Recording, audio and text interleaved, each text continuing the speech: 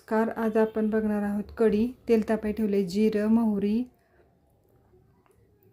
कढीपत्ता,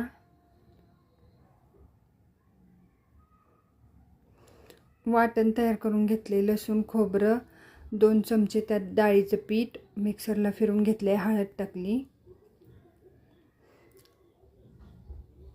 हळद टाकून पूर्णपणे ते हलवून घ्यायचं. चांगलं हलवून परतून घ्यायचं. ते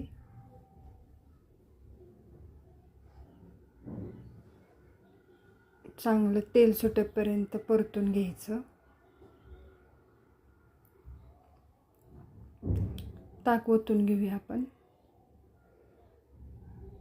ताक ओतताना गॅस एकदम बारीकच करायचा.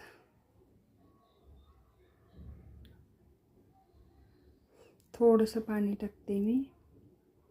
मीठ टाकलं 1 चमचा.